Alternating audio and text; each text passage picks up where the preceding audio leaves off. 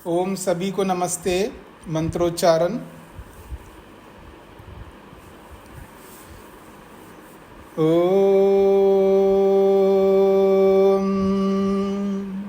सहना ववतु सहनौ भुनक्तु सह वीर्यं करवावहै तेजस्विनावधीतमस्तु मा विद्विषावहै। ओम शांति शांति शांति। वैशेषिक दर्शन की कक्षा संख्या 35 है। दूसरे अध्याय का दूसरा आहनिक चल रहा है। इसके हमने कल 5 सूत्र पूरे किए। पिछले प्रसंग में 9 द्रव्यों के अंतर्गत पृथ्वी, जल, अग्नि, वायु और आकाश, इन 5 द्रव्यों की चर्चा हुई है। उनके लक्षण बताए गए। अब जो आगे बताने जा रहे हैं वो 9 द्रव्यों में जो 5 पूरे हो गए हैं, अब क्रम प्राप्त संख्या के अनुसार छठा द्रव्य और बहुत ही महत्वपूर्ण द्रव्य काल। काल एक व्यवहारिक द्रव्य है। व्यवहार में इसको द्रव्य माना जाता है। वैसे अपने आप में काल कोई वस्तु नहीं है, कोई थिंग नहीं है, कोई वस्तु नहीं है, इसलिए इसको व्यवहारिक द्रव्य कहते हैं। काल है, दिशा है, ये व्यवहारिक द्रव्य कहलाते हैं और बहुत ही महत्वपूर्ण है। यदि काल को अपने जीवन से हम हटा करके देखें तो हम सुखी कभी नहीं हो पाएंगे। सुख का एक बहुत बड़ा माध्यम है काल। परमात्मा ने जो कुछ भी बनाया हमारे सुख के लिए ही बनाया है। संपूर्ण ब्रह्मांड और ब्रह्मांड की सारी व्यवस्थाएं हमारे सुख के लिए है। तो काल भी एक बहुत महत्वपूर्ण तत्व है, व्यवहारिक तत्व है। इसको 9 द्रव्यों में एक द्रव्य स्वीकार किया है। तो आइए, पृष्ठ संख्या 77 है। पृथ्वी आदीनाम आकाशांतानाम भूतानाम लक्षणानि उक्त्वा। पृथ्वी आदीनाम, पृथ्वी से लेकर के, आदि का मतलब जल, अग्नि, वहाँ से प्रारंभ करके आकाशांतानाम, आकाश पर्यंत, भूतानाम, इन 5 भूतों के लक्षणानि, इनके लक्षण, इनकी परिभाषाएं, उक्त्वा, कह करके। पृथ्वी से लेके आकाश पर्यंत भूतों के लक्षण यानी उनकी परिभाषाएं उक्त्वा, कह करके, क्रम प्राप्तस्य कालस्य लक्षणानि विदधाति सूत्रकारः। क्रम प्राप्त, जैसे 9 द्रव्यों का क्रम है, उस क्रम में छठी संख्या में जो प्राप्त जो द्रव्य है वो है काल। तो क्रम प्राप्तस्य कालस्य, क्रम से प्राप्त जो काल है उस काल के लक्षणानि, लक्षणों को विदधाति, प्रस्तुत करते हैं। कौन? सूत्रकार, सूत्रकार। सूत्र है अपरस्मिन् परम युगपच्चिरं क्षिप्रमिति काललिंगानि। अपरस्मिन् परम युगपत् चिरम क्षिप्रम इति काललिंगानि। तो अपरस्मिन् परम ये एक लिंग है। अपरस्मिन् भी लिंग है, परम भी लिंग है, युगपत् भी लिंग है, चिरम भी लिंग है और क्षिप्रम भी लिंग है। अपरस्मिन्, परम, युगपत्, चिरम, क्षिप्रम, ये 5 लिंग बताएं, 5 चिन्ह बताएं। काल को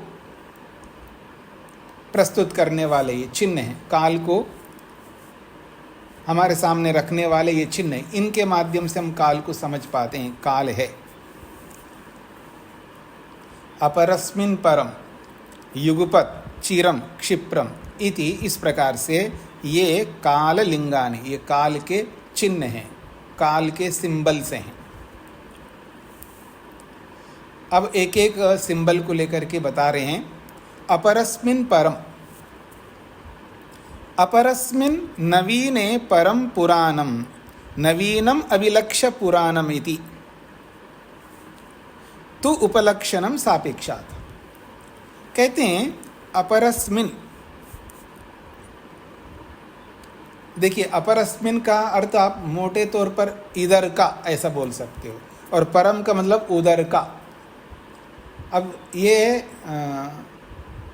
कोई इधर का उधर का मतलब है, अपरस्मिन् का मतलब है अभी अभी अभी जस्ट आया हुआ है, और परम का मतलब है जो बहुत पहले आया हुआ। तो अपरस्मिन् को कहा इन्होंने अर्थ खोला है, अपरस्मिन् अर्थात नवीने, अपरस्मिन् का अर्थ है नवीने अर्थात नए में, अर्थात नई वस्तु, एकदम ताजी वस्तु, उसको अपरस्मिन् शब्द से बोला है। अपरस्मिन् अर्थात नवीने, नूतन, नूतन में।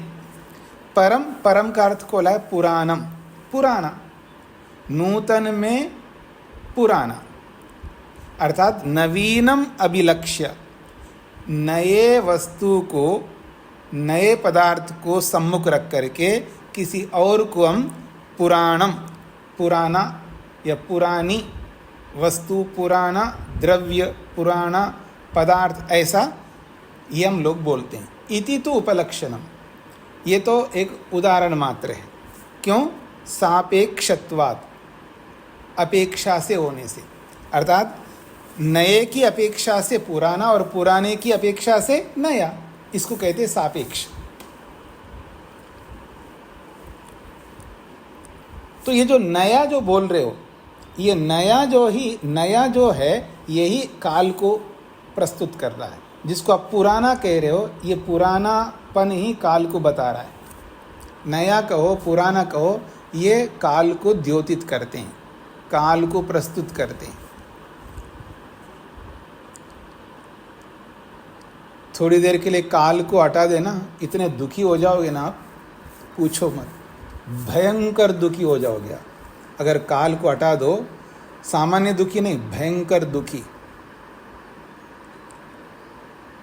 कोई है आप में से बॉस जो आपके नीचे काम करने वाले हों? काम किया, तुमने किया, अरे कब किया? ये जो कब है ना, ये तो काल है।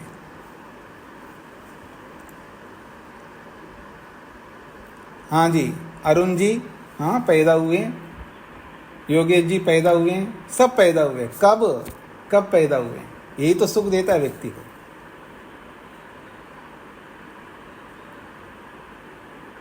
खा लिया, पी लिया, खाऊंगा, करूंगा, जाऊंगा, जा रहा हूँ, जो भी आप व्यवहार कर, उठने से लेकर के रात्रि सोने तक, जब तक जागृत अवस्था में हैं, इतना ही नहीं, सो कर के भी, सोने के काल को भी आप गिनते हो। मतलब कोई ऐसा एक क्षण नहीं होता है जो हमें सुख नहीं दे रहा होता। तो कहा जा रहा है नवीने परम पुराणम, नवीनम अभिलक्ष्य, नए पदार्थ को, नई वस्तु को, क्योंकि ये काल किसी न किसी द्रव्य के साथ जुड़ा रहता है ना, किसी न किसी वस्तु के साथ अटैच्ड है। काल किसी वस्तु के साथ में जुड़ा रहता है। तो नवीनम अभिलक्ष्य, नए पदार्थ को सामने रखते हुए उसकी अपेक्षा से ये वस्तु, ये पदार्थ पुराणम, पुराना है। इति तो उपलक्षणम, ये तो एक उदाहरण मात्र है। क्यों? सापेक्षत्वात्, अपेक्षा से होने से। तो नवीनम अभिलक्ष्य पुराणम, अब इसको उल्टा कर दीजिए, पुराणम अभिलक्ष्य नवीनम, ये एक दूसरे की अपेक्षा है।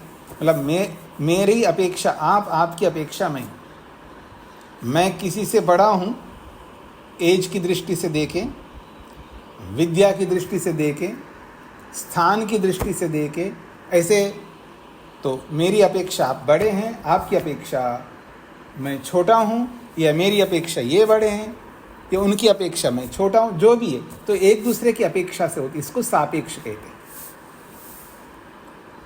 तेना परस्मिन अपरम, तेना, इस अपेक्षा को उल्टा करेंगे तो परस्मिन अपरम। परस्मिन का मतलब है पुराने नवीनम, परस्मिन अपरम को खोला है पुराणे नवीनम, पुराने में नया, अर्थात पुराणम अभिलक्ष्य नवीनम इति। पुराने की अपेक्षा से ये नया है। इति, ये बात कालस्य लिंगम, ये काल का लिंग है, अर्थात कालस्य लक्षणम, ये काल का लक्षण है।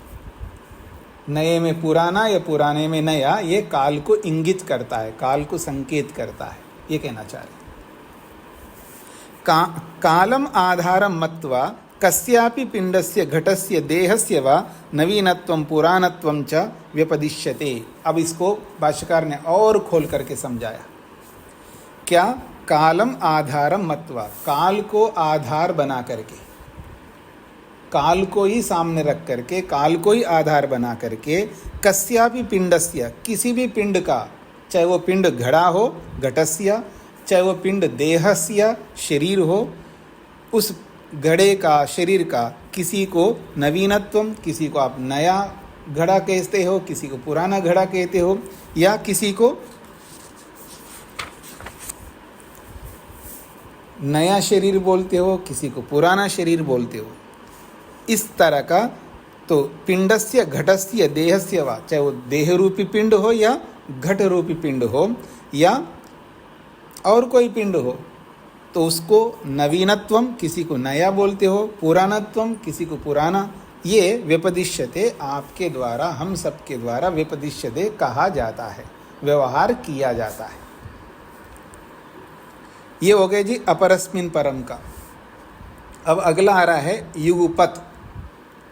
युगपत को समझा रहे हैं। युगपत उत्पद्यन्ते, युगपत गच्छन्ति, युगपत म्रियन्ते, नश्यन्ति इति समान प्रवृत्ते निर्मित्तम काल एव। युगपत, युगपत का अर्थ होता है एक साथ। युगपत शब्द का जो हिंदी में अर्थ है, एक साथ को युगपत कहते हैं।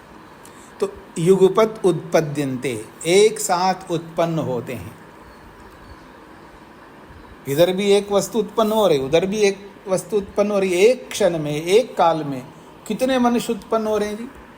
बहुत सारे मनुष्य हो रहे हैं, हमको नहीं पता है। तो युगपत उत्पद्यन्ते का मतलब है एक साथ उत्पन्न होते हैं। फिर कहा युगपत गच्छन्ति, एक साथ जा रहे हैं। युगपत म्रियन्ते, और ये भी एक विडंबना है, जब एक साथ उत्पन्न हो रहे हैं तो एक साथ भी मरेंगे।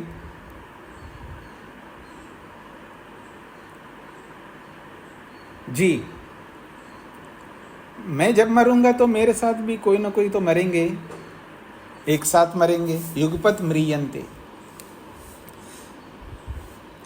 या आप भी एक ऐसे युगपत नश्यन्ति, एक साथ नष्ट हो गए। कोई वस्तु रखी हो, एक साथ दोनों वस्तुएं नष्ट हो गई।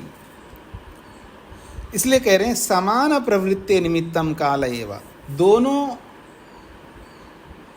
समान प्रवृत्ति, एक समान प्रवृत्ति हो रही है दो वस्तु में, एक जैसी प्रवृत्ति हो रही है। एक साथ उत्पन्न होने की हो, एक साथ मरने की हो, एक साथ जाने का हो, एक साथ आने का हो। समान प्रवृत्ति, एक समान प्रवृत्ति दो वस्तु में होने का जो निमित्त है, कारण है, वो कौन है? काल एव, काल ही है। आगे बढ़ रहा हूं जी।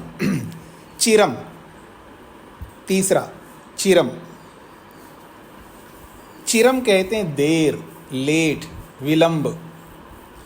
चिरम कृतम, चिरम जातम, चिरम अभूत इति व्यवहारा सातत्येन वर्तमान काले प्रयुज्यन्ते।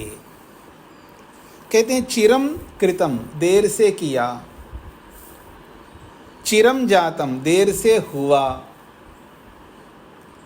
आपने देर से किया, चिरम कृतम का मतलब है आपने बहुत देर लगाई जी, देर से किया आपने। चिरम जातम, देर से उत्पन्न हुआ। क्या करूं जी, मेरा बेटा बहुत देर से पैदा हुआ है, मैं मन्नतें मांगता रहा, ये किया वो किया, बड़े मुश्किल से 20 साल के बाद मेरे को एक बेटा या बेटी उत्पन्न, देर से हुआ। तो चिरम जातम। चिरम अभूत, देर हो गया, बहुत देर हो गई जी, कक्षा में आने में बहुत देर हो गया। चिरम अभूत, बहुत देर हो गया। इति व्यवहाराः, इस प्रकार के जो भी व्यवहार है, सातत्येन वर्तमान काले प्रयुज्यन्ते। सातत्येन का मतलब है निरंतर। ये सब जो है चिरम कृतम, चिरम जातम, चिरम अभूत, ये जितने भी है सातत्येन, ये सब निरंतर वर्तमान काले, ये वर्तमान काल में होने वाली ये सारी क्रियाएं हैं। तो वर्तमान काले प्रयुज्यन्ते, वर्तमान काल में ही इनका प्रयोग होता है। किनका? चिरम कृतम, चिरम जातम, चिरम अभूत, ये सब वर्तमान काल में ही लगातार प्रयोग करते रहते हम लोग। ये हो गए जी चिरम का। अब कहते हैं क्षिप्रम।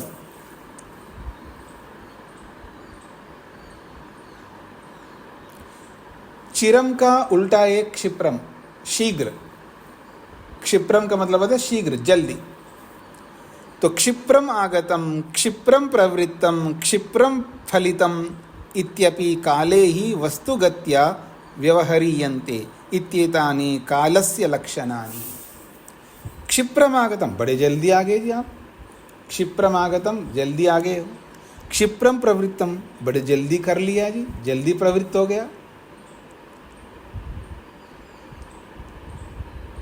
भोजन बना के रख दिया जी, अभी वेट कर रहे हैं पतिदेव आ जाए या वो आ जाए, सासू जी आ जाए, थोड़ा वेट कर रहे हैं। लेकिन एक बच्चा जाकर के डाइनिंग पर बैठ गया और खाना शुरू कर दिया।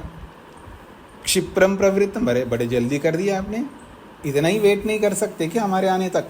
क्षिप्रम प्रवृत्तम, बहुत जल्दी प्रवृत्त हो गए आप। क्षिप्रम फलितम, बड़ा जल्दी फल मिल गया जी, मैंने तो सोचा ही नहीं कहीं इतने जल्दी मेरे को फल मिल जाएगा। मैंने कल ही तो काम किया था, तुरंत जल्दी, बहुत जल्दी फल मिल गया। मैं सोच रहा था महीने लगेगा, कितने समय लगा। क्षिप्रम फलितम, बहुत जल्दी फल दिया इसने, इस कर्म का फल। इति काले ही वस्तुगत्या व्यवहारीयन्ते, ये काल में ही वस्तु के साथ व्यवहार होता है। ये सब वस्तु के साथ व्यवहार हो रहा है, क्योंकि काल तो वस्तु के साथ ही होता है, लेकिन बता रहे हैं यहाँ पर काल में ही वस्तुगत्या व्यवहारीयन्ते, वस्तु के साथ में जुड़ करके ये सारे व्यवहार होते हैं। इत्येतानि कालस्य लक्षणानि, ये सब के सब काल के लक्षण हैं। हाँ जी, स्पष्ट हो गया जी, सब कुछ समझ में आ रहा है ना? अब इन्हीं शब्दों की व्याख्या थोड़ा सा अलग ढंग से किया जा रहा है। मतलब पूरे सूत्र की व्याख्या जो है अब दूसरी व्याख्या कर रहे हैं। अथवा कह करके दूसरा अर्थ कर रहे हैं इन्हीं शब्दों का। अब दूसरा क्या अर्थ कर रहे हैं इसको समझ लीजिएगा, कोई घबराने की बात नहीं है। थोड़ा सा आप ध्यान देंगे, एकाग्रता लाएंगे तो समझ में आ जाएगा। अथवा अपरस्मिन् पदम प्रत्येकम अभिसंबध्यते,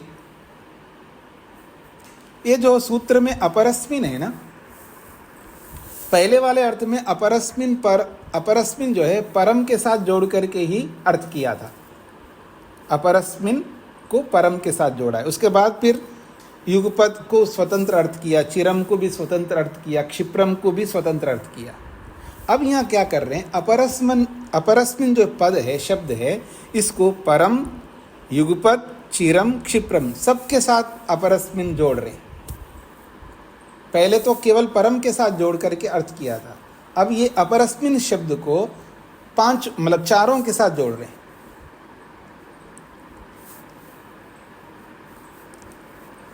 तो इसी को कह रहे हैं अपरस्मिन पदम, इस अपरस्मिन पद को, शब्द को प्रत्येकम अभिसंपद्यते, प्रत्येक शब्द के साथ, यानी अपरस्मिन के बाद में जितने भी शब्द हैं उन प्रत्येक शब्दों के साथ अभिसंबद्धते जोड़ा जाता है।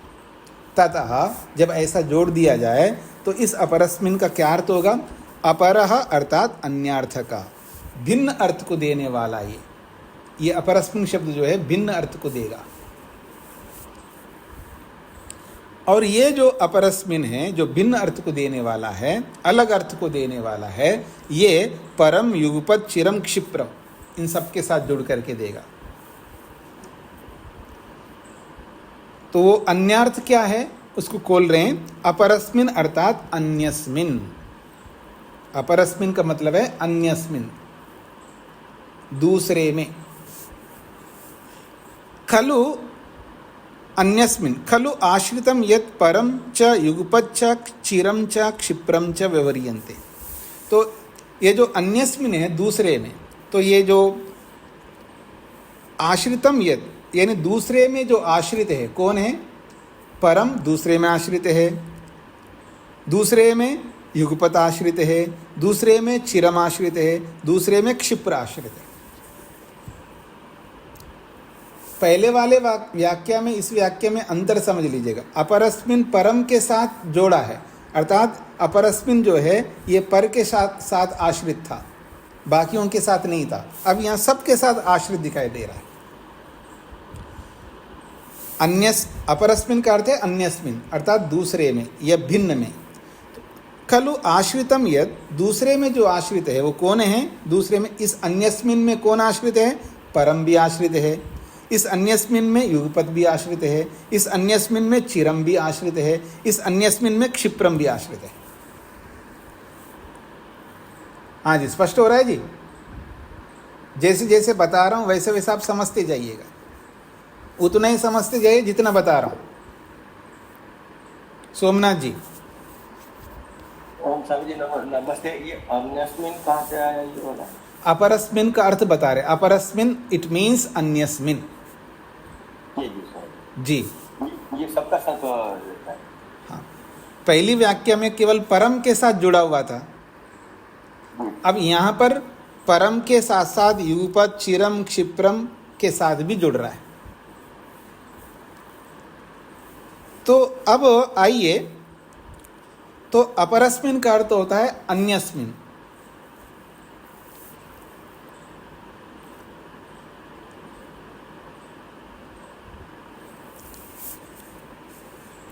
अब देखिएगा अर्थ कैसे किया जा रहा है।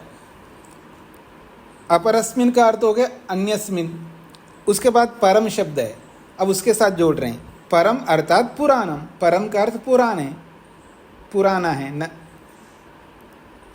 तद अपरम, तद का मतलब है पुराणम, तद पुराणम, अपरम अर्थात अन्यम, नवीनम।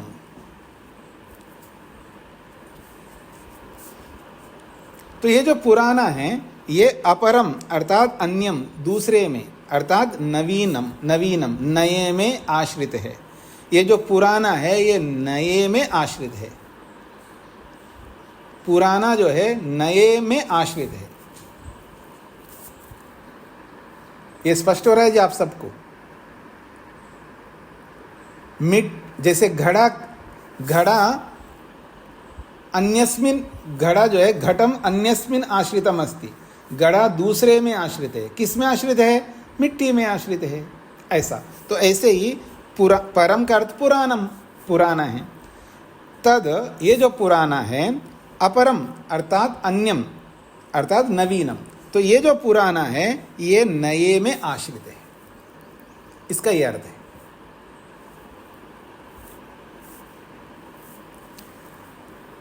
यहां तक सबको समझ में आ गई जी?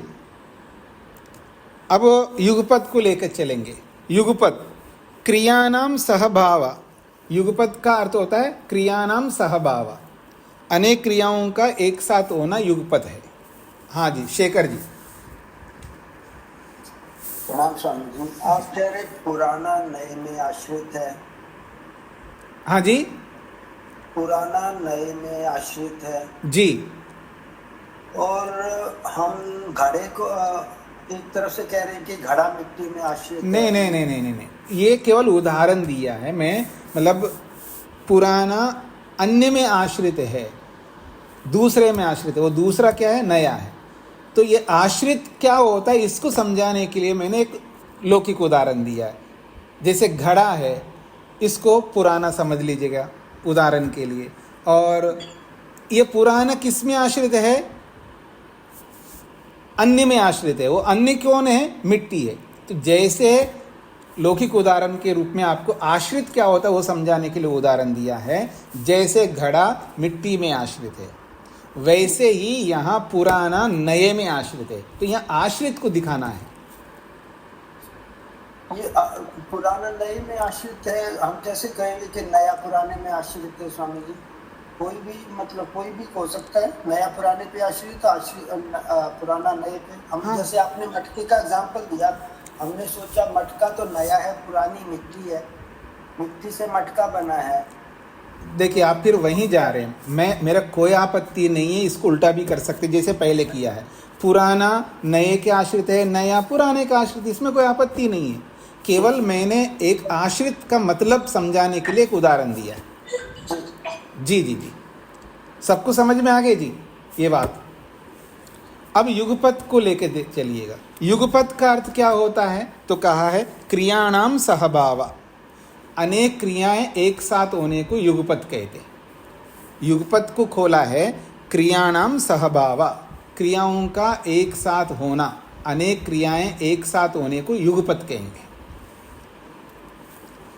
अब तद अपरम अन्यम एकस्याह क्रियाया, और ये जो अनेक क्रिया जो एक साथ है, अनेक क्रियाएं एक साथ को युगपत कहते हैं। अब ये युगपत जो है ये किसके आश्रित है?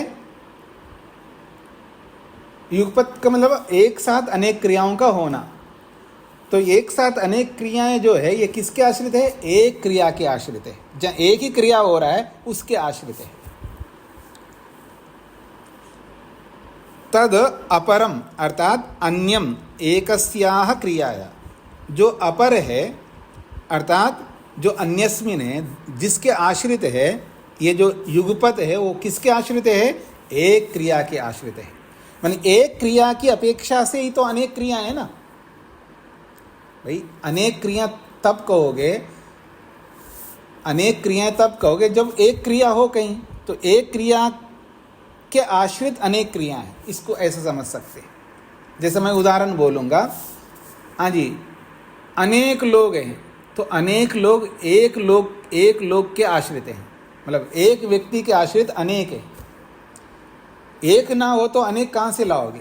या मैं ये बोलूँगा एक संख्या ना हो तो अनेक संख्या कहाँ से लाओगे? एक एक को मिला करके तो अनेक बनता है ना। तो एक संख्या के आश्रित जैसे अनेक संख्या होती है, एक संख्या के आश्रित जैसे अनेक संख्या होती है, ऐसे ही एक क्रिया के आश्रित अनेक क्रिया होती है। तो युगपत जो है अनेक क्रियाओं को युगपत कहते हैं। तो ये अनेक क्रिया रूपी जो युगपत है किसके आश्रित है?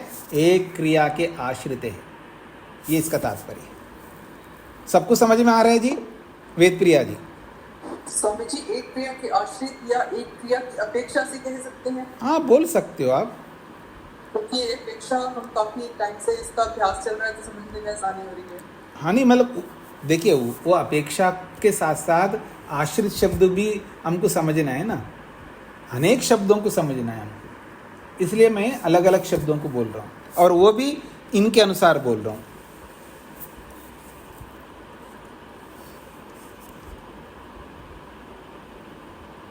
हाँ जी, ये स्पष्ट हो गया जी। युगपत जो है, युगपत का मतलब है अनेक क्रियाएं, और ये अनेक क्रियाएं किसके आश्रित है? एक क्रिया के आश्रित है।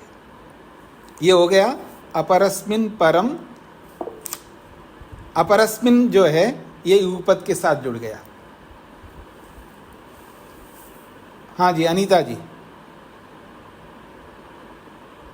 नमस्ते स्वामी जी। जी, यहाँ पर ये जो एक एक अस्याः क्रियायाः क्रमेण प्रवर्तनम, इसका अर्थ क्या है? एक एक क्रिया, एक एक अस्याः क्रियाया क्रमेण प्रवर्तन, एक एक क्रिया क्रम से प्रवृत्त। पहले एक क्रिया होती, फिर दूसरी क्रिया होती, फिर तीसरी क्रिया होती है,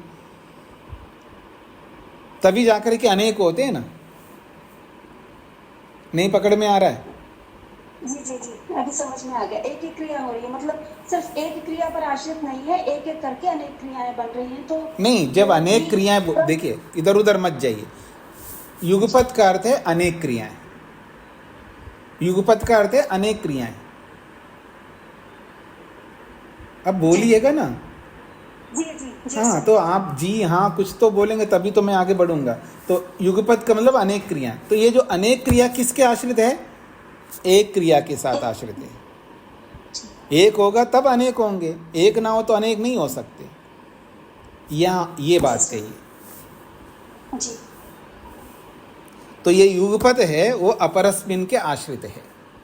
जैसे परम अपरस्मिन के आश्रित था, ऐसे युगपत भी अपरस्मिन के आश्रित है। यहाँ तक सबको समझ में आ गए जी? मैं आगे बढ़ रहा हूँ जी। अब युगपत के बाद आ रहा है चिरम। चिरम का अर्थ होता है विलंब। विलंब को चिरम कहते हैं। विलंब, अरे बहुत विलंब कर दिया, इसका मतलब चिरम, चिरम बोलेंगे संस्कृत में। चिरम का अर्थ है विलंब। और ये जो विलंब है, तद का मतलब ये विलंब, अपरम, अन्यम अर्थात सद्य। तो ये जो चिरम है ये अपरस्मिन के आश्रित है। तो अपरस्मिन क्या होगा? वो अन्य है। अन्य क्या है? उसका अपोजिट, विलंब का अपोजिट सद्य, शीघ्र। वो सद्य के आश्रित, सद्य का मतलब है शीघ्र, वो शीघ्र के आश्रित है, जल्दी। शीघ्र का अर्थ होता है जल्दी। चिरम का मतलब देर, देर से।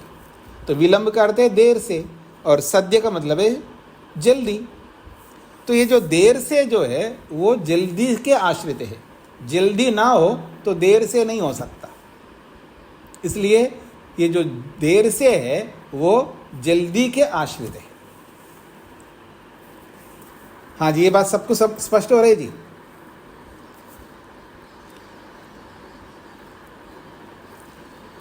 दूसरा शब्द आ रहा है अंतिम शब्द सूत्र का, क्षिप्रम।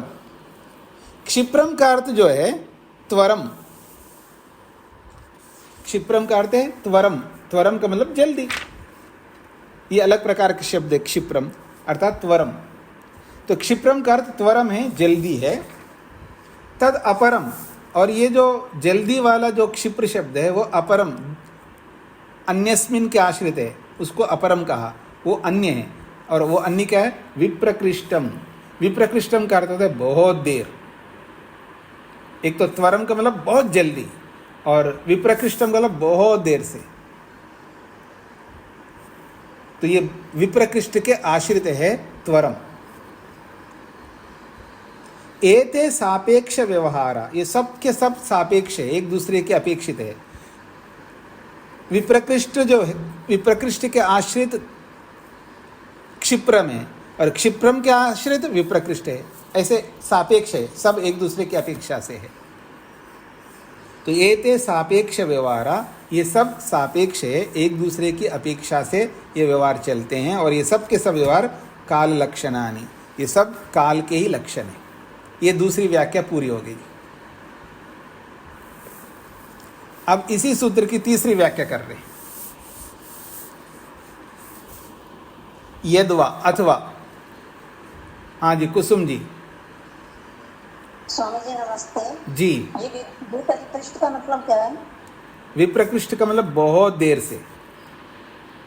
ठीक है, धन्यवाद। ये तो आप लोगों को परिचित होना चाहिए विप्रकृष्ट शब्द। अच्छा, आप में से कौन बताएंगे जी विप्रकृष्ट शब्द कहाँ आया? किस दर्शन में आपने पढ़ा इस विप्रकृष्ट शब्द को? चलिए आपकी परीक्षा करता हूँ। एक ही हाथ खड़ा हुआ है। विप्रकृष्ट शब्द कहाँ आया? 2।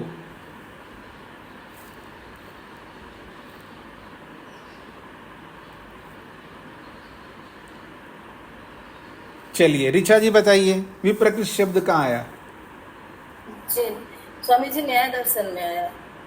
न्याय दर्शन में। और कहाँ आया? योग दर्शन में भी है जी, योग दर्शन में भी है। जी। अच्छा अनीता जी, और कहाँ आया जी विप्रकृष्ट शब्द? चलिए जी, मुझे तो ये स्वामी जी योग दर्शन ही इतना स्मरण आ रहा है, बाकी नहीं जानना। हाँ, योग दर्शन में तो पक्का है ही, इसमें कोई संदेह ही नहीं है। ठीक है। हाँ जी, वो जो सिद्धियों के प्रसंग में आया विप्रकृष्ट, मतलब योगी जो है सूक्ष्म से सूक्ष्म को भी देख सकता है, निकट से निकट को भी देख सकता है, और दूर से दूर को भी देख सकता है। तो दूर को, बहुत दूर चीज को विप्रकृष्ट कहा है वहाँ पर। जी ठीक है, तो आइए आगे बढ़ता हूँ मैं। यद्वा, अब तीसरा अर्थ कर रहे हैं। यद्वा युगपत् चिरम क्षिप्रम इति त्रयम प्रति अपरस्मिन् परम वचनम अभिसंपद्यते। अपरस्मिन् परम को एक साथ जोड़ दिया और युगपत् चिरम क्षिप्रम को 3 शब्द बना दिया। युगपत् चिरम क्षिप्रम ये 3 शब्द हो गए, और अपरस्मिन् परम को एक साथ जोड़ दिया। तो अपरस्मिन् परम ये 2 शब्द युगपत् के साथ, अपरस्मिन् परम ये दोनों शब्द, अपरस्मिन् परम ये दोनों मिलकर के युगपत् के साथ जुड़ेंगे। अपरस्मिन परम ये दोनों शब्द चिरम के साथ जुड़ेंगे, अपरस्मिन परम ये दोनों शब्द क्षिप्रम के साथ जुड़ेंगे।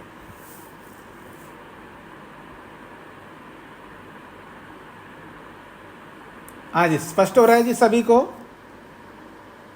पहले अपरस्मिन केवल पर के साथ जुड़ा था पहली व्याख्या में, दूसरी व्याख्या में अपरस्मिन सब के साथ जोड़ दिया था।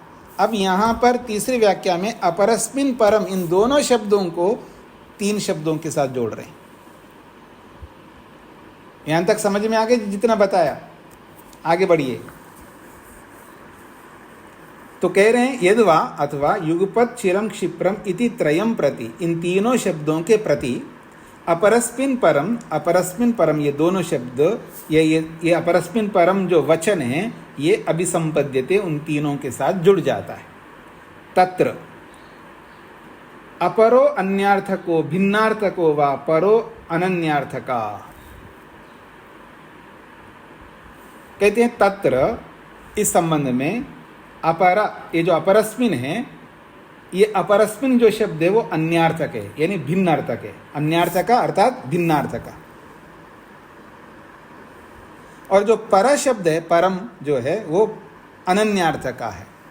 ये जो पर शब्द है अनन्यार्थक, अनन्यार्थ समझते हैं क्या? पर अनन्यार्थक अर्थात उसी अर्थ को बताने वाला, पर अर्थ को ही बताने वाले को अनन्यार्थक कहते। न अन्य अर्थ अस्ति अर्थात तदेव अस्ति। परम अनन्यार्थको अस्ति अर्थात परमेव अनन्यार्थक। अनन्यार्थ का मतलब परम, वही शब्द को अनन्यार्थक कहते हैं।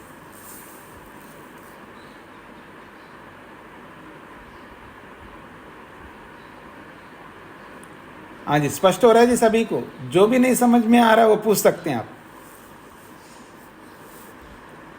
अब देखिएगा, अपरस्मिन आश्रितम अन्यम अपेक्षया अनन्यम।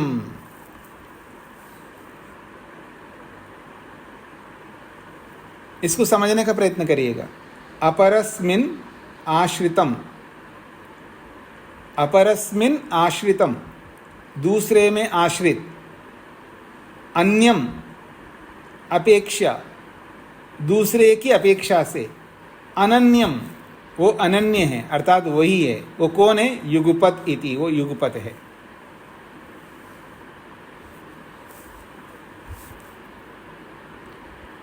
अब मैं इसको आपको समझाने के लिए बोलता हूं। ये जो युगपत है वो किस में आश्रित है जी? अपरस्मिन परम में आश्रित है।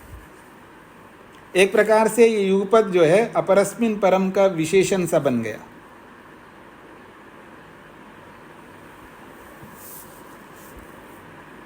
हाँ जी, ये जो युगपत है ना, ये युगपत जो है किसके आश्रित है? ये अपरस्मिन परम के आश्रित है, ऐसे समझ लीजिएगा।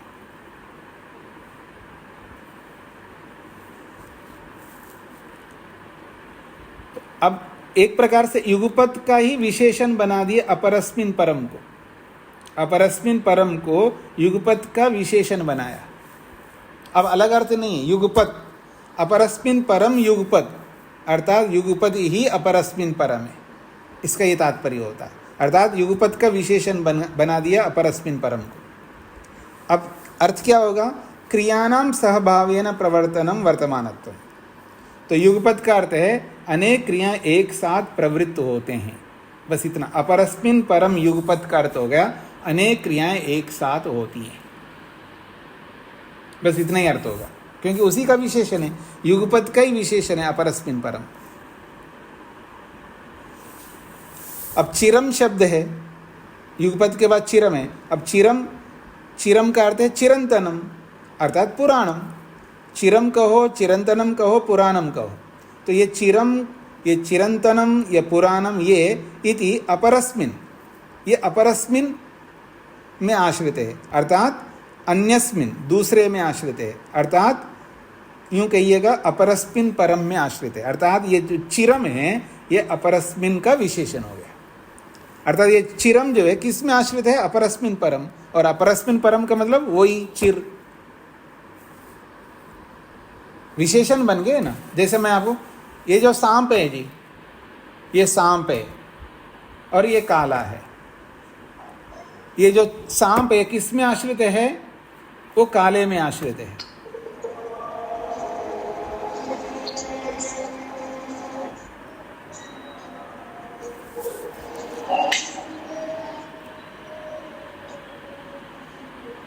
देखो आदमी को मतलब पता नहीं चल रहा है कि मेरा माइक खुला है बंद है, उनको पता नहीं लग रहा है।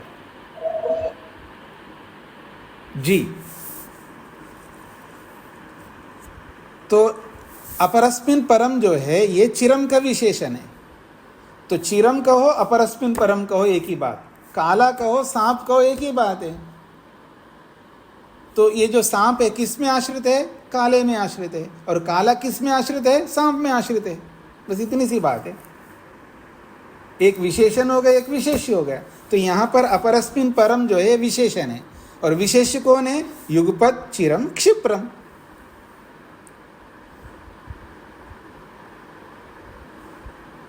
हाँ जी, सबको स्पष्ट हो रहा है जी जो मैं कहना चाह रहा हूं? जैसा बता रहा हूं वैसे ही समझेंगे तो आपको कोई समस्या नहीं आएगी। उदाहरण देके भी समझाया मैंने आपके सामने। अपरस्मिन परम जो है ये विशेषण है। किसका विशेषण है? युगपद का भी विशेषण है जब युगपद के साथ जोड़ेंगे अपरस्मिन परम को, और जब चिरम के साथ जोड़ेंगे तो चिरम का विशेषण है अपरस्मिन परम। जब क्षिप्रम के साथ जोड़ेंगे तो क्षिप्रम का विशेषण है अपरस्मिन परम। बस इतना ही समझना है आपको। तो कितने लक्षण हो जाएगा यहाँ? तीसरी व्याख्या में 3 ही लक्षण होंगे, युगपद चिरम क्षिप्रम। तो युगपद चिरम क्षिप्रम जो है ये काल के लिंग है। ये 3 लक्षण है।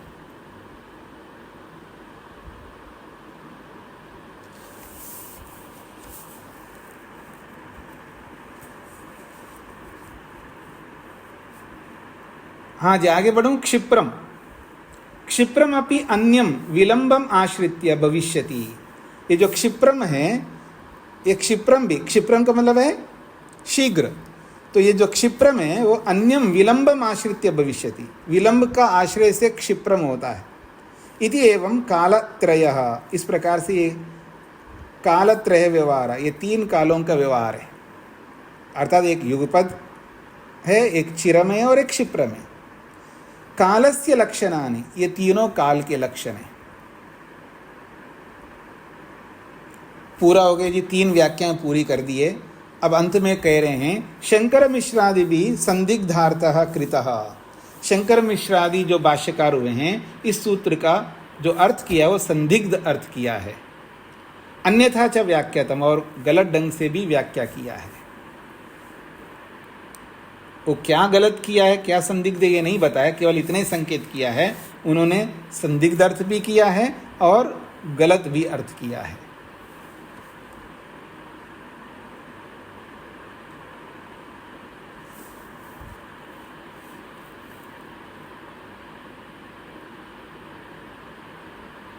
हाँ जी, आगे बढ़ूं जी, पूरा हो गया। इस काल के लक्ष्य में किसी कोई बात पूछनी हो तो पूछ सकते हो। काल के इस लक्षण में किसी कोई बात समझ में न आई हो तो पूछ सकते हैं। कोई नहीं बोल रहे तो अच्छी बात है, समझ में आगे लगता है। मैं आगे बढ़ता हूँ। चेतन जी।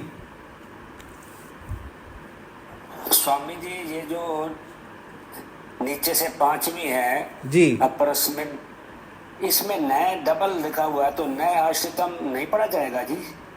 नहीं, वो संधि के कारण से, वो संधियों को समझने से समझ में आएगा। पुराणम इति अपरस्मिन, अपरस्मिन के बाद में इस संधि विच्छेद करेंगे तो अन्यस्मिन ऐसा अर्थ हो गया। फिर अन्यस्मिन को संधि करेंगे तो आश्रितम ऐसा अर्थ होगा। उस संधियों के कारण से एक नकार बढ़ जाता है। धन्यवाद स्वामी जी। जी जी जी, आप मोटी भाषा में ऐसे समझ लीजिएगा। पहले शब्द के अंत में नकार आ जाए, अलंत वाला नकार, बिना स्वर वाला नकार, फिर उसके बाद आकार से शुरू होने वाला शब्द आ जाए अवर्ण से, तब ऐसा आता है। डबल ना हो जाता है, वहाँ पर आकार के अंदर एक और ना जुड़ जाता है।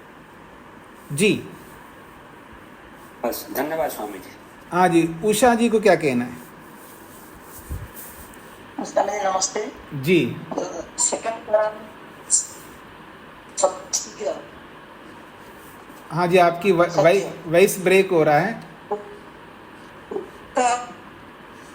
नहीं, आप अच्छा। सुनाई नहीं दे रहा है। सद्य का अर्थ शीघ्र है हाँ जी, सद्य का अर्थ शीघ्र है। और क्षिप्र का है जल्दी। वो उसका अर्थ भी शीघ्र है, लेकिन शब्द अलग अलग है। तो इसमें क्या डिफरेंस क्या है, क्या कोई अंतर का नहीं मतलब है। क्या है? जैसे मतलब मीनिंग कहो, मतलब कहो, एक ही बात है। एक अलग शब्द है, एक अलग शब्द है, तो अलग अलग शब्दों का जी एक ही भी अर्थ होता है। एक शब्द का एक अर्थ भी होता है और एक शब्द के अनेक अर्थ भी होते हैं और एक अर्थ के अनेक शब्द भी होते हैं। जी ठीक हो गया जी? जी धन्यवाद। हाँ जी, मैं आगे बढ़ रहा हूँ जी। 7वां सूत्र। अब ये जो काल है, ये इसको द्रव्य बताया जी। अब काल को द्रव्य बताया है, तो अब ये काल कैसा द्रव्य है, नित्य है या अनित्य है या क्या है? तो बता रहे हैं, द्रव्यत्व नित्यत्वे वायुना व्याख्याते। काल के द्रव्यत्व के विषय में, काल के नित्यत्व के विषय में वायु के समान समझना चाहिए। जैसे वायु द्रव्य है और अन्य द्रव्यों के मिश्रण से रहित है और वो नित्य है, तो जैसे वायु अन्य द्रव्यों के मिश्रण से रहित होते हुए भी नित्य है, ऐसे ही वायु के समान काल भी अन्य द्रव्यों से मिश्रण रहित है और नित्य भी है। तो द्रव्यत्व नित्यत्व, वायु काल के द्रव्यत्व में और नित्यत्व के विषय में वायु के समान समझ लेना चाहिए। द्रव्यत्व नित्यत्वे वायुना व्याख्याते। कालस्य द्रव्यत्वं नित्यत्वं च वायुना तुल्यं व्याख्यातं वेदितव्यम। काल का जो द्रव्यत्व है, काल में द्रव्यपन है और उस काल में नित्यत्व भी है, क्योंकि काल नित्य है।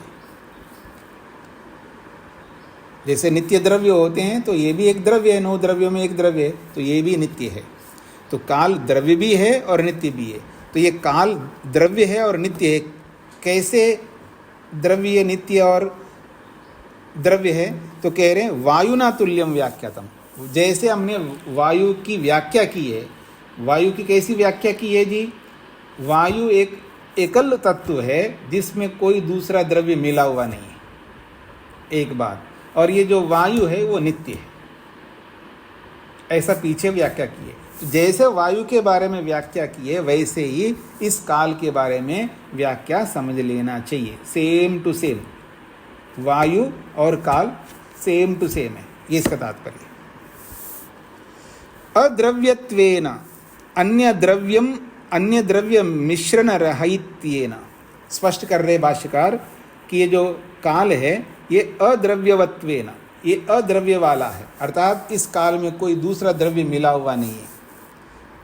इस अद्रव्यवत्वेन को खोला है अन्य द्रव्य मिश्रण राहित्येन, दूसरे द्रव्यों के मिश्रण से रहित द्रव्य है काल रूपी द्रव्य। तथा क्रियावत्वेन गुणवत्वेन च विज्ञेयम। और ये काल केवल द्रव्य है ऐसा नहीं है, द्रव्य है तो उसमें कोई ना कोई क्रिया भी है, तो क्रिया के रूप में भी है इसमें और गुण के रूप में, अर्थात इस द्रव्य काल रूपी द्रव्य में क्रिया भी है, क्रियावान भी है काल और गुणवान भी है।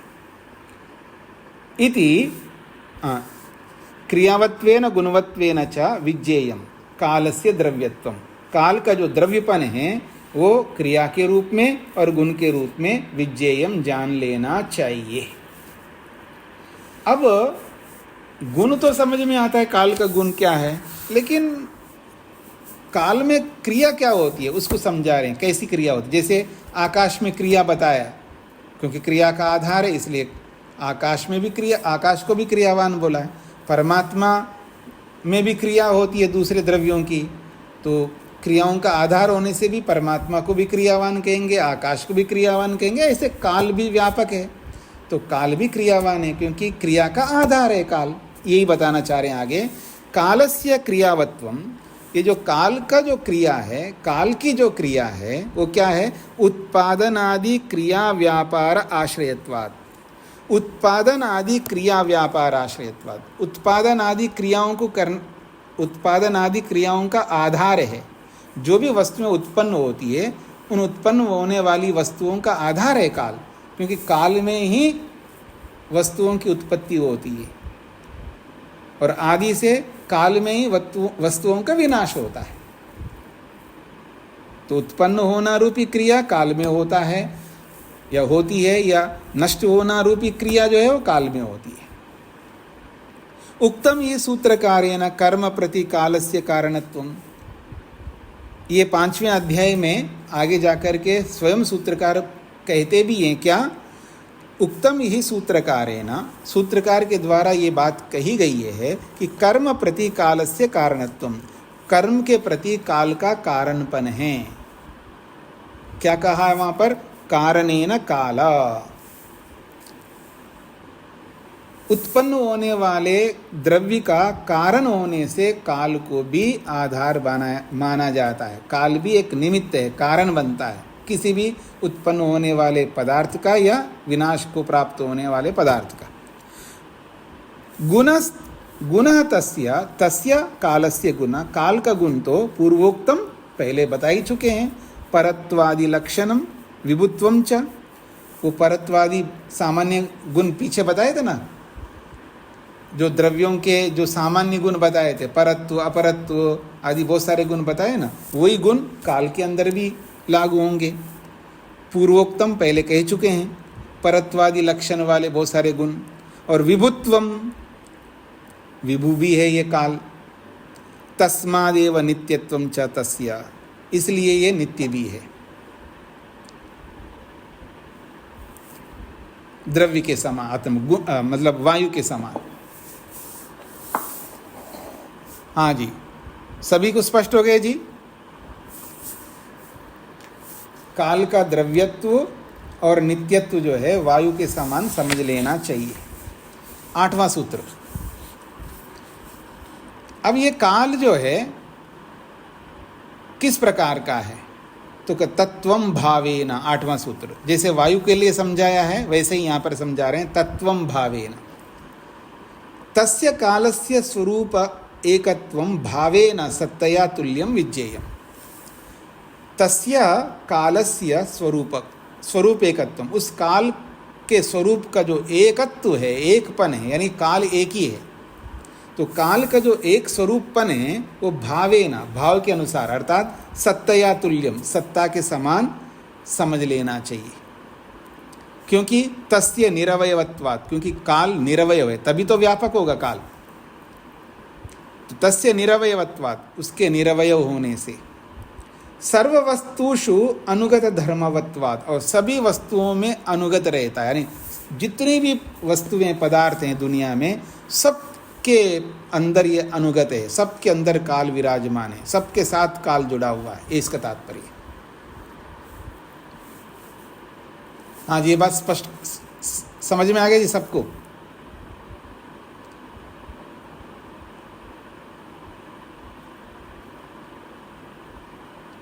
मतलब काल की जो सत्ता है वो एक ही है,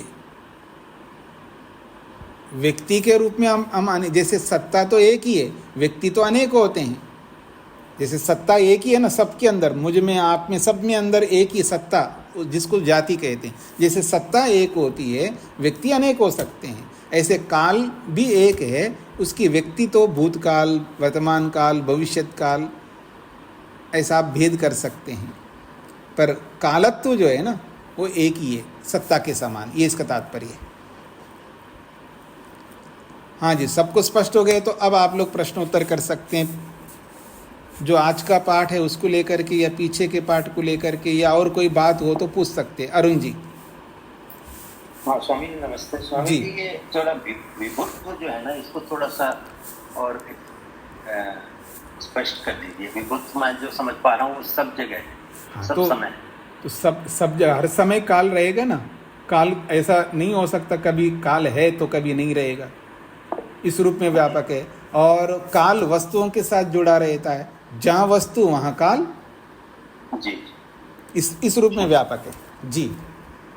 सुभाष जी।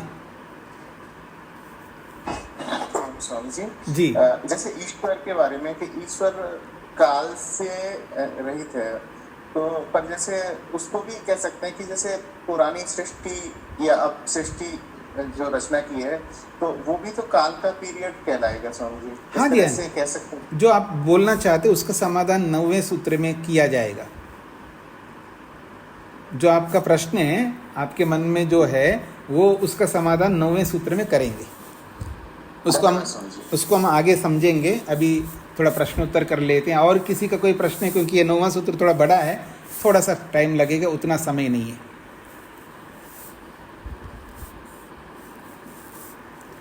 क्योंकि 9वां सूत्र पूरा करेंगे ना तो ये काल का प्रसंग पूरा हो जाएगा, एक फिर नया द्रव्य प्रारंभ हो जाएगा, दिशा। पर ये थोड़ा बड़ा है सूत्र, समय उतना नहीं है। मधु जी। जी स्वामी जी, सादर नमस्ते जी। स्वामी जी, काल का द्रवयत्व और नित्यत्व नहीं समझ आ रहा मुझे। द्रवत्व मतलब 9 द्रव्य बताया ना जी, 9 द्रव्य। तो 9 द्रव्यों में काल भी एक द्रव्य है, तो उसमें द्रव्यत्व है, तभी तो द्रव्य है ना। ठीक है, समझ आया। चलिए आप ही बताइए कैसे, क्या समझ में आया? अभी परीक्षा होगी आपकी। क्या आपको द्रवत्व समझ में आया, द्रव्यत्व समझ में आ गए, तो क्या समझ में आया आपको? क्यों? तो मैं आपसे पूछना चाह रही थी कि इसे द्रव्य क्यों कहा काल को, मेरे को ये बात तो नहीं समझ आई थी। हाँ, इसलिए तो मैं कहता हूँ कि द्रव्य की परिभाषा, गुण की परिभाषा, कर्म की परिभाषा, ये हमेशा दिमाग में रखना। यदि अभी आपके दिमाग में द्रव्य की परिभाषा होती तो आप ये प्रश्न नहीं करते। हाँ जी मधु जी। जी स्वामी जी, मैं सुन रही हूँ बात, लेकिन हाँ मुझे याद नहीं है। नहीं है ना? अच्छा, नहीं मैं देख लूंगी। नहीं, मैं अभी समय होगा तो अभी बता दूंगा, अगर आप में से कोई नहीं बताएं तो। रेशा जी को क्या पूछना है? अच्छा नमस्ते जी, नहीं पूछ रही हूँ, परत्व विभुत्व एक ही है? नहीं, परत्व अपरत्व अलग है। विभुत्व तो व्यापकता को कहते हैं। विभुत्व ये जो छठे में आया ये बताया, ये परत्व। नहीं, ये कहना चाह रहे हैं कि परत्व अपरत्व ये गुण है, काल के गुण है, परत्व अपरत्व। अच्छा ठीक है। हाँ जी, धन्यवाद। जी। हाँ जी, अजीत जी को क्या कहना है? जी स्वामी जी। काल और दूरी को परत्व अपरत्व से बताएं। एक बार इसमें संबंध बता दीजिए कि दूरी ज्यादा है तो उसमें काल भी ज्यादा होता है। ज्यादा दूरी होने के कारण अगर स्पीड हम बढ़ा है तो इसमें थोड़ा सा स्पष्टीकरण चाहिए स्वामी। नहीं, इसमें आप, ये तो बहुत सरल बात है। देखिए, मैं अपर हूँ और थोड़ा मेरे को अपना चेहरा दिखाइए जिनका काले बाल हो, अब सफ़ेद बाल हो, तो सफ़ेद बाल वाले जो है वो मेरे से पर है, उनके अंदर परत्व है, और मेरे अभी सफ़ेद बाल नहीं हुए सिर के, तो इसका मतलब मैं अपरत्व हूँ। तो ये परत्व अपरत्व इस रूप में काल की दृष्टि से परत्व अपरत्व है। आप स्थान की दृष्टि से बोल रहे हो, वो अलग चीज़ है। काल की दृष्टि से भी परत्व अपरत्व होता है ना। ये पहले हुए हैं तो ये पर है, मैं बाद में हुआ, मैं अपर हूँ, ऐसा है। ये अपरत्व परत्व जो है ये काल के गुण हैं। तो अब मैं आप सबसे पूछना चाह रहा हूँ, आप में से जो उत्तर देंगे, कि जैसे मधु जी ने पूछा है, ये नहीं समझ में आ रहा है काल में कैसे द्रव्यत्व है, द्रव्यपन कैसे है काल में। आप में से कौन बता सकते? परीक्षा होगी आप में से जो बताना चाहेंगे। 1 2 3 हाथ खड़े हुए हैं, 4 5। अच्छा, अरुण जी बताइए। हाँ स्वामी, जिसमें द्रव्य वो होता है जिसमें क्रिया और गुण हो या दोनों हो, कम से कम उसमें गुण तो होना ही चाहिए। हाँ, तो हम ये देख रहे हैं कि जो काल है उसमें जो द्रव्य इसलिए माना गया कि उसमें गुण है। हाँ, इसलिए उसमें द्रव्यत्व है। बहुत सरल सी बात है। हाँ जी मधु जी, समझ में आ रहा है? समझ आया। इसलिए मैं आप सबसे पुनः आग्रह करता हूँ, जिन लोगों ने हाथ नहीं खड़ा किया है उनको संशय है कैसे हम मानेंगे द्रव्यत्व काल में। तो आपको द्रव्य की परिभाषा आपके मन में अगर रही थी तो ये प्रश्न बिल्कुल उपस्थित नहीं होता। तो सबके मन में द्रव्य के लक्षण, गुण के लक्षण, कर्म के लक्षण ये मन में होने चाहिए। और पीछे हमने जो पढ़ा है द्रव्य गुण कर्म सामान्य का लक्षण भी पढ़ा है, वो भी रहना चाहिए। और विशेष का लक्षण भी पढ़ा, वो भी आपके दिमाग में रहना चाहिए। यानी 6 पदार्थों में से 5 पदार्थों के लक्षण आ चुके हैं और वो 5 पदार्थों के लक्षण आपके दिमाग में होने चाहिए। अगर नहीं होंगे तो आप परेशान हो जाएंगे आगे जा कर के। तो रोज इनकी आवृत्ति करिएगा। केवल इतना ही तो है, 5 सूत्र, आप 5 सूत्रों की आवृत्ति करना है। द्रव्य के लक्षण वाला सूत्र, गुण का लक्षण वाला, कर्म का लक्षण वाला, सामान्य लक्षण वाला और विशेष लक्षण वाला। ये 5 सूत्र आपको रोज दोहराना है, दिमाग में रखना है, नहीं तो बहुत मुश्किल हो जाएगा आपको आगे। तो इसको यहीं पर विराम देता हूँ। ओम शांति शांति शांति ही। वेद प्रिया जी कुछ कहना था क्या? हाँ जी। एक प्रश्न था मेरा। प्रश्न था कि जैसे आपने बताया था जो सुवर्ण है वो अग्नि प्रधान है जी। तो स्वामी जी जो अग्नि प्रधान तत्व है उनके 2 विशेष गुण है, एक स्पर्श है उसका गुण और एक उसका है जो रूप है जी। तो जो सुवर्ण है उसको कैसे अग्नि प्रधान मानेंगे? जैसे हम ठोस है वो तो उसको पार्थिव मान लेते हैं। नहीं, वो कैसे मानेंगे तो इसका कोई उत्तर नहीं, वो तो शास्त्रीय प्रमाण है। शास्त्र ने बोला है कि तेजस पदार्थ कहलाते हैं, अग्नि प्रदान।